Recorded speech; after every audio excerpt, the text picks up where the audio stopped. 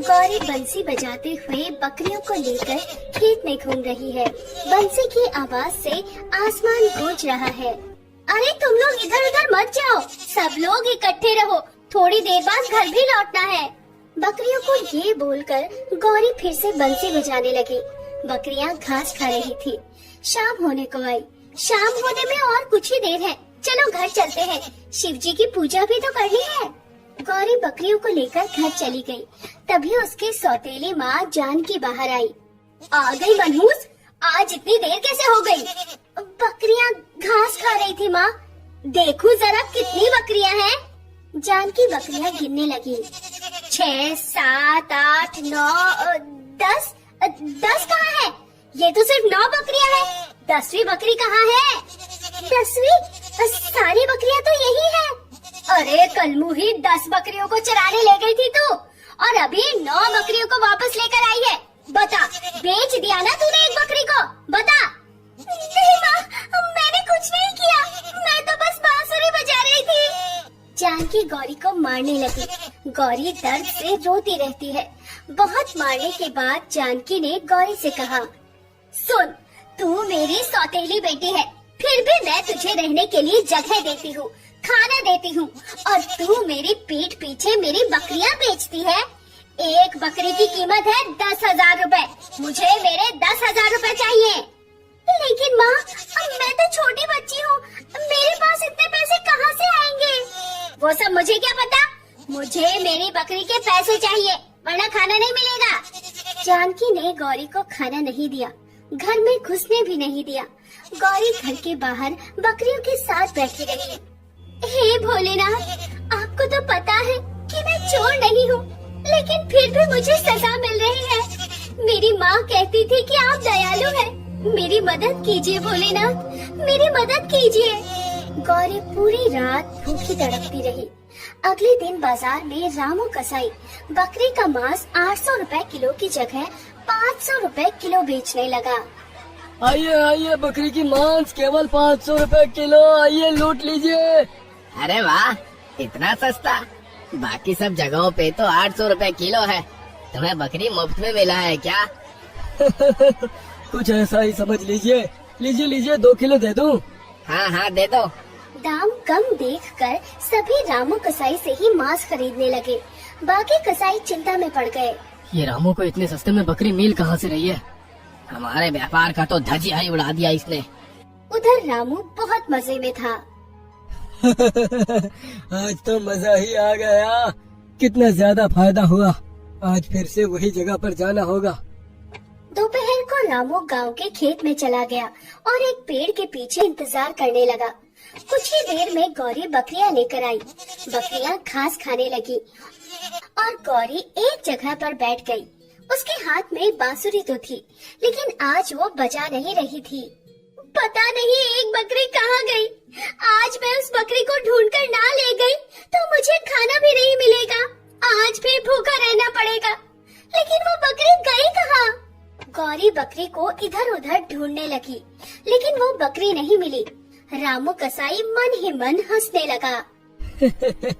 अरे पगली, तुझे वो बकरी कभी नहीं मिलेगी, उसे काट कर तो मैंने बेच दिया। रामू की नजर कई दिन से इन बकरियों पर थी। गौरी की असली माँ जब जिंदा थी तब उसने इन बकरियों को पाला था। गौरी की असली माँ ने एक दिन गौरी को एक बांसुरी दी और कहा, जा बेटी, इन बकरियों को चरा कर आ, बैठकर बांसुरी बजा लेना, समय बीत जाएगा। गौरी की माँ ने ही उसे शिव जी की पूजा करना सिखाया था। तब से गौरी शिव जी की भक्त बन गई थी।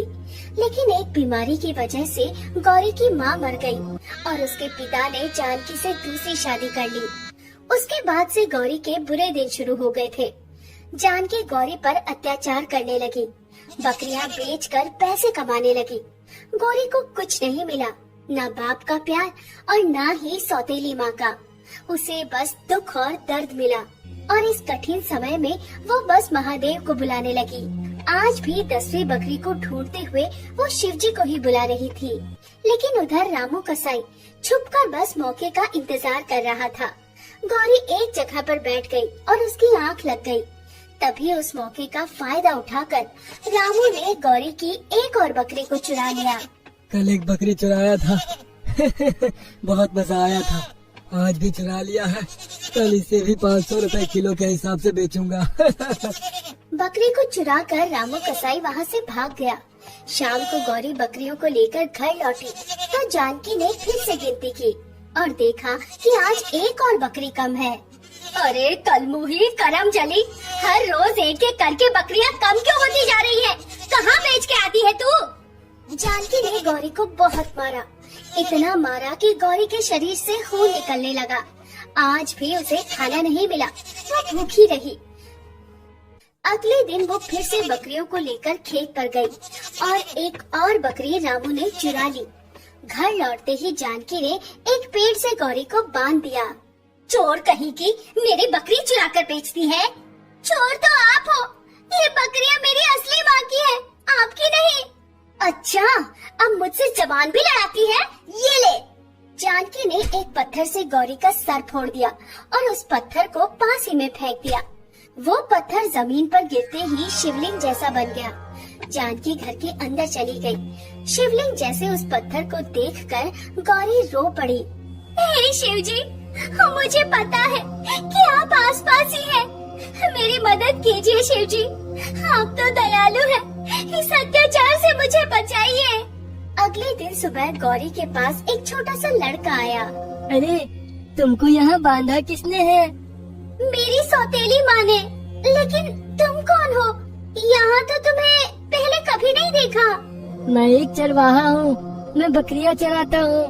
मैं भी बकरियाँ चराती हूँ, लेकिन पता नहीं कैसे हर रोज एक बकरी गायब हो जाती है। ठीक है, कोई बात नहीं, आज इन बकरियों को मैं चराने ले जाता हूँ। गौरी ने मना किया, लेकिन उस लड़के ने कुछ भी नहीं सुना। वो बकरियों को लेकर चला गया। उधर रामू कसाई आज भी गौरी के आने का इंतजार कर रहा था। उस लड़के को देखकर उसने सोचा, अरे आज उस लड़के के बदले ये लड़का क्यों आया है? जो भी है, मुझे क्या, मुझे तो एक बकरी चुरानी है। वो लड़का एक पेड़ के नीचे बैठकर नींद में खो गया। तभी रामू वहाँ आया और बकरियों को बुलाने लगा। आजा आजा, एक बकरी आजा, जल्दी आ। लेकिन आज अचानक से ऐसा कुछ हुआ जिसके लिए रामू बिल्कुल भी तैयार नहीं था। उन बकरियों ने एकजुट होकर रामू को घेर लिया और वो लड़का आँख खोलकर खड़ा हो गया। तुम तो वही चोर हो जो हर रोज बकरी चुराते हो। हाँ हाँ, तो क्या हुआ? कौन हो तुम? तुम मेरा क्या बिगाड़ लोगे? मैं नहीं, जो भी करना है ये बकरियाँ करेंगी। तुम अपने फायदे के लिए इन्हें मारते हो ना? बकरियों, इसे सबक सिखाओ। ये कहते ही बकरियों ने रामू कसाई पर हमला बोल दिया। अपने अपने सींगों से बकरियों ने रामू कसाई को मार डाला। उधर दोपहर को जानकी घर से निकली और देखा कि गौरी बंधी हुई है, लेकिन एक भी बकरी वहाँ नहीं है। अरे अब मेरी बकरियाँ कहाँ गई? गौरी ने सब कुछ बताया, लेकिन जानकी ने यकीन नहीं किया। वो फिर से गौरी को मारने लगी। तभी वो लड़का वहाँ आया, लेकिन उसके साथ कोई बकरी नहीं थी, वो अकेला था।